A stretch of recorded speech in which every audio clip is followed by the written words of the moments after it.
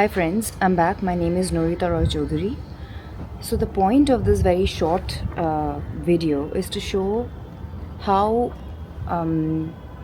European colonization sort of accelerated the global transfer of plants and several other biological species that were not indigenous to local ecosystems. And water hyacinth, for instance, was not indigenous to South Asian waterways, and they were just introduced as ornamental plants. Alfred Crosby's, key works on biological exchange that explored the relationship between plant transfer and imperial expansion. I mean, that is one of the key texts that is referred for an global environmental history analysis.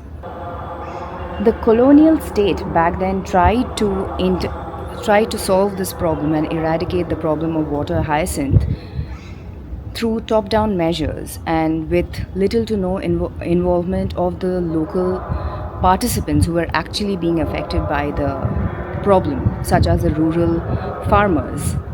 And despite the colonial state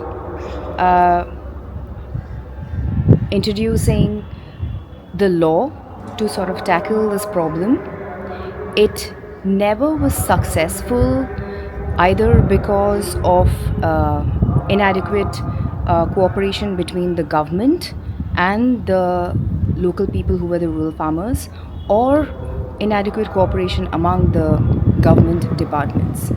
And this is the reality till date, which is nothing but, in other words, this is the post-colonial situation. Coming back to the paper, what can the state do? There is hardly any doubt that the water hyacinth is a serious invasive species that has settled in at least 50 countries in the southern hemisphere. But it is also true the state has gained some power with its significant control over science and technology.